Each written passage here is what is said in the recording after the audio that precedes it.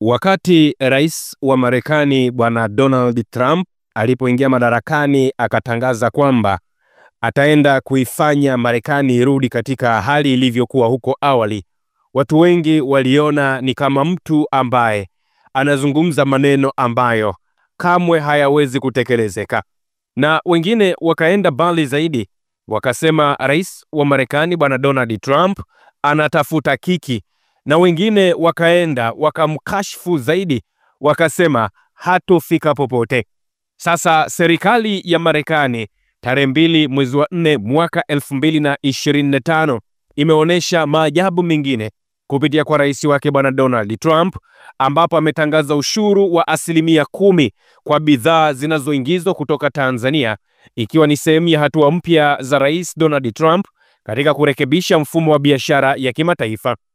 Trump ametangaza kuweka ushuru wa msingi wa 10% kwa bidhaa zote zinazoingia Marekani kutoka mataifa 185, huku baadhi ya washirika wakuu wa kibiashara wakikumbwa na ushuru wa juu zaidi.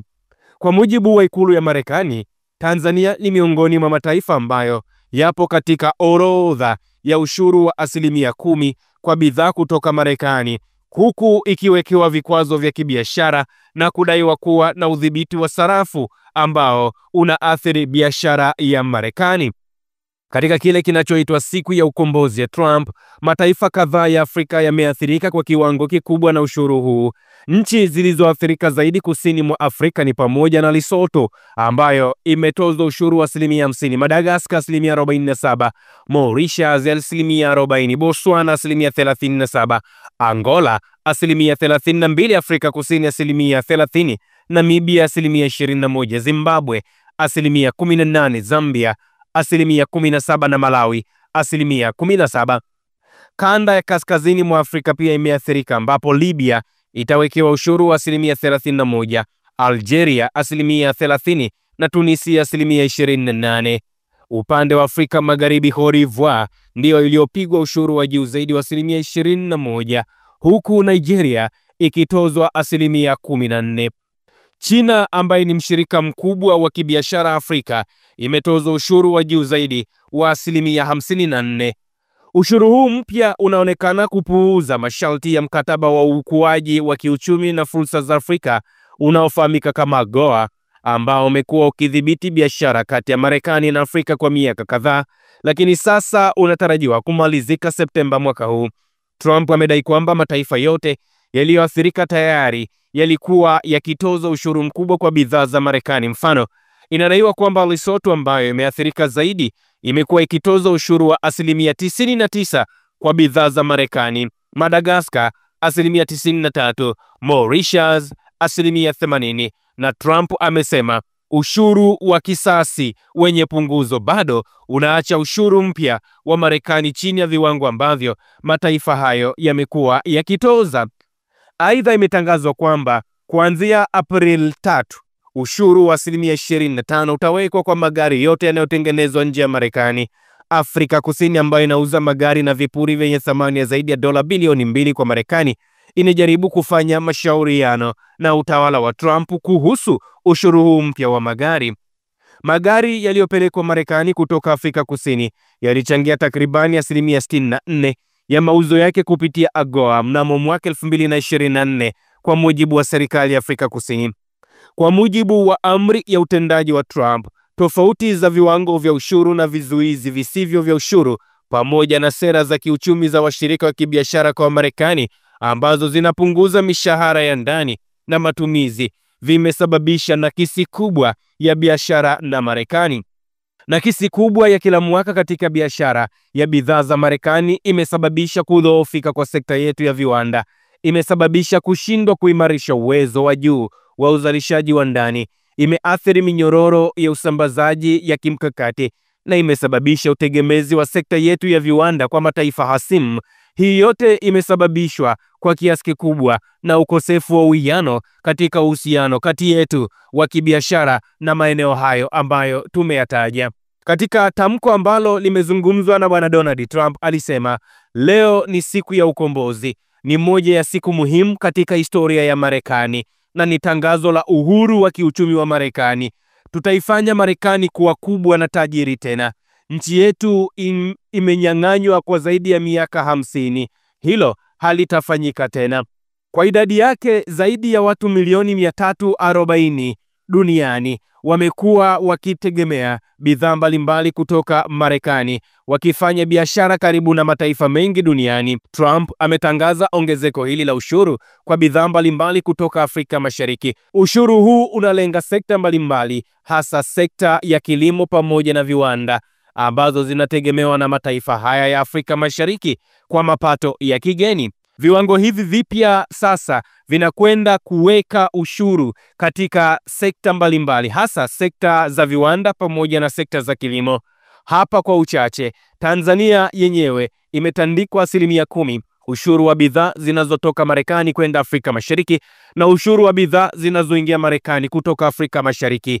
Kenya nayo ni 10%, Uganda ni 20% kwa ushuru wa bidhaa zinazotoka Marekani kwenda Afrika Mashariki na 10% kwa ushuru wa bidhaa zinazoingia kutoka Marekani kwenda Afrika ya Mashariki. Jamhuri ya Kidemokrasia ya Kongo imetandikwa ushuru wa bidhaa zinazotoka Marekani kwenda huko DRC kwa 22%, huku ushuru wa bidhaa zinazoingia Marekani kutoka Afrika Mashariki imetandikwa 11%. Kwa hiyo sasa hivi kama bidhaa inatoka Marekani inaingia DRC Kongo itatandikwa 11%. Kama bidhaa inatoka Kongo inakwenda Marekani imetandikwa ushuru wa 10%.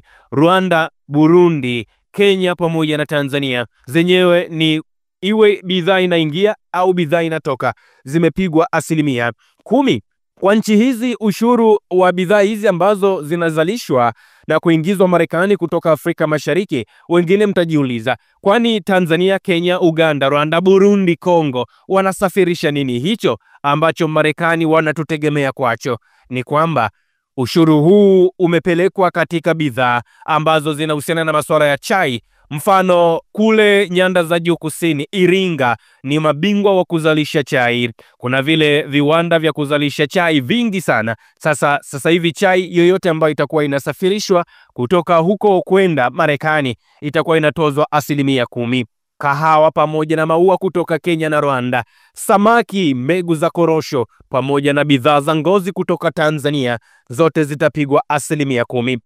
Bidhaa za kakao na vanila kutoka Uganda na Rwanda na bidhaa za viwanda kutoka Kenya na Ethiopia. Kwa mfano, mwaka 2024 Kenya iliuza takribani tani 58,000 za chai na tani 23,000 za kahawa kwenye soko la Marekani.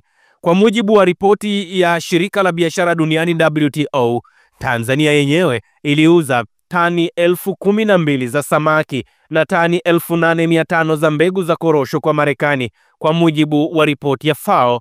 Kwa vyovyote vile, ushuru huu wa 10% utaendelea kuongeza gharama za bidhaa zinazozalishwa katika nchi hizi na kuitia biashara hii katika hali ya mgagaziko kidogo.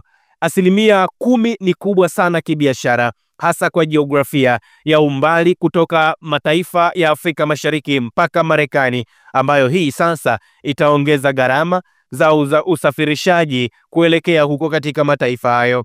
Hali ya ushuru kule Kongo ni tofauti kidogo na nchi tajwa. Kwa viwango vya sasa, DRC Kongo itatozwa 22% kwa bidhaa zinazozalishwa nchini kwake na kuingiza Marekani, huku Marekani ikitoza 11% kwa bidhaa zinazozalishwa DRC. Hii ina maana kwamba bidhaa kutoka DRC zinakutana na kiwango kikubwa cha ushuru kilicho juu kuliko kile cha nchi nyingine za Afrika Mashariki. Cha tofauti ni 1% tu, na hii inaweza kudhoofisha ushindani wa bidhaa za Marekani na zile ambazo zinatoka kule Jamhuri ya Kidemokrasia ya Kongo. Ushuru huu mpya ambao umeanzishwa na Rais wa Marekani Bwana Donald Trump kwa bidhaa zinazoingizwa nchini humo kutoka Afrika Mashariki, huu unatarajiwa kuwa na athari kubwa katika sekta mbalimbali za kiuchumi, kwa sababu unalenga sekta ya kilimo ambayo ni uti wa mgongo katika mataifa mengi ya Kiafrika. Unalenga viwanda pamoja na usafirishaji, hivyo unahatarisha uchumi wa mataifa kama Kenya, Tanzania, Uganda, Ethiopia ambazo zinategemea sana biashara ya nje, hasa soko la Marekani. Athari hizi zitakuwa na madhara mbalimbali kwa nchi hizi ambazo tayari zinakumbwa na changamoto za uchumi pamoja na biashara. Wakati huu matokeo ya ushuru huu yatakuwa na nguvu kubwa kutokana na uhusiano wa kibiashara kati ya Marekani pamoja na Afrika Mashariki kupitia hiyo programu ya upendeleo ya biashara ya Afrika inayofahamika kama AGOA, ambayo iliwapa nchi za Afrika Mashariki fursa ya kuuza bidhaa zao kwa Marekani bila kulipa ushuru na mipango mingine kwa kukuza ushuru wa nchi zilizokuwa zinakuwa zaidi. Kwa hiyo sasa hivi badala ya kupata hiyo kitonga, kwa hivi sasa wanapata huo ushuru wa 10%, ushuru mkubwa sana ambao umetangazwa na Rais wa Marekani Bwana Donald Trump. Hili lilikuwa ni jambo ambalo watu walikuwa wanaona ni jambo ambalo haliwezekani. Sasa limewezekana. Tukienda kwenye yale mataifa mbalimbali ambayo yapo huko duniani, tunaona matunda aina ya apple kutoka Japani sasa yatakuwa yanachangishwa ushuru wa 17%. China wenyewe wamekuwa na bidhaa mbalimbali zitatozwa 15%. Lakini ukienda huko zile bidhaa ambazo zimetaifishwa kutoka maeneo mbalimbali kama vile Thailand itakuwa inatandikwa 2.7 mpaka 7.5. Lakini bidhaa ambazo zinahusiana na masuala ya usafirishaji wa vipuli vya magari kutoka India wenyewe watakuwa wanatozwa ushuru wa 50%. Lakini bidhaa kama nyama kutoka mataifa ya EU yenyewe itakuwa inatozwa 0% mpaka 67%. Lakini bidhaa kama vile vinywaji kama whisky kutoka India itakuwa inatozwa 150%. Rais wa Marekani Bwana Donald Trump kwa namna moja ama nyingine anajaribu kutueleza kwamba tunahitaji kuwa na uchumi ambao ni stable katika mataifa yetu ili tuache kuwa tegemezi ya kuuza bidhaa kwenda katika mataifa mbalimbali.